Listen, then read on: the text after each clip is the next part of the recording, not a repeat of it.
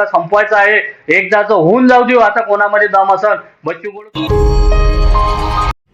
माजी मंत्री बच्चू कडू आणि त्यांचे सहकारी कार्यकर्ते यांच्यात झालेल्या संभाषणाची ऑडिओ क्लिप कालपासून प्रचंड प्रमाणात व्हायरल होत आहे आणि त्या ऑडिओ क्लिपमध्ये बच्चू कडू आणि त्यांचे सहकारी कार्यकर्ते हे आमचे आमदार प्रवीणभाऊ तायडे यांचे बंधू अभिजित तायडे यांच्या हत्येचा कट रचत असल्याचं त्याच्यातून दिसून येत आहे आणि तशा पद्धतीची तक्रार सुद्धा काल चांदूरबाजार पोलीस ठाण्यात दाखल झाली आणि तशा पद्धतीच्या गंभीर स्वरूपाचे गुन्हे सुद्धा बच्चू कडू आणि त्यांच्या सहकारी कार्यकर्त्यांवर दाखल झालेले आहेत.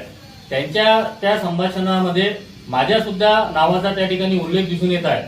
बच्चू कडू आणि त्यांच्या कार्यकर्त्यांमध्ये जे त्या ठिकाणी संभाषण झालं आणि त्यांनी जे माझं नाव त्या ठिकाणी घेतलं त्याच्यावरून असं लक्षात येते की बच्चू कडू आणि त्यांच्या सहकारी कार्यकर्त्यांनी माझ्या सुद्धा हत्येचा कट त्या ठिकाणी राजकीय वैमनस्यातून संगनमताने केल्याचा दिसून येत आहे आणि त्या पद्धतीची तक्रार मी आज चांदूरबाजार पोलीस स्टेशनला सुद्धा दिलेली आहे की माझ्या हत्येचा कट रचणाऱ्या बच्चू कडू आणि त्यांच्या सहकारी कार्यकर्त्यांवर कायदेशीररित्या गुन्हे दाखल करून त्यांच्यावर कारवाई करण्यात यावी अशी मी तक्रार त्या ठिकाणी दाखल केली आणि त्या संभाषणातून बच्चू कडू हे छत्रपती महाराजांचं नाव घेताना त्या ठिकाणी दिसून येत आहे.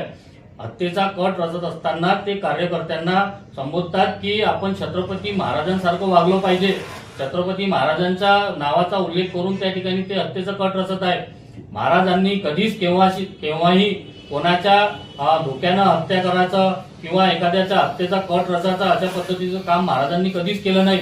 बच्चू कडू हे जे या ठिकाणी करताना दिसत आहे तर ते अफजल खानासारखं बच्चू कडू वागत आहे.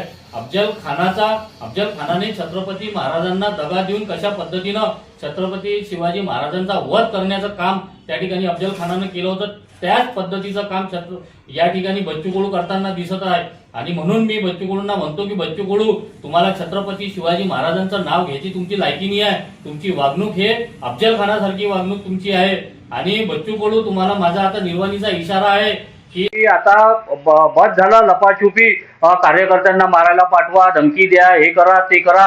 तुमच्यामध्ये जर आता धमक असेल ना तर तुम्हाला माझा निर्वाणीचा इशारा आहे की तुम्ही एकटे आणि मी एकटं. तुम्हाला जिथं म्हणायचं असेल तिथं मी त्या ठिकाणी येतो आणि एकदाचा हा विषय आता आपल्याला संपवायचा आहे.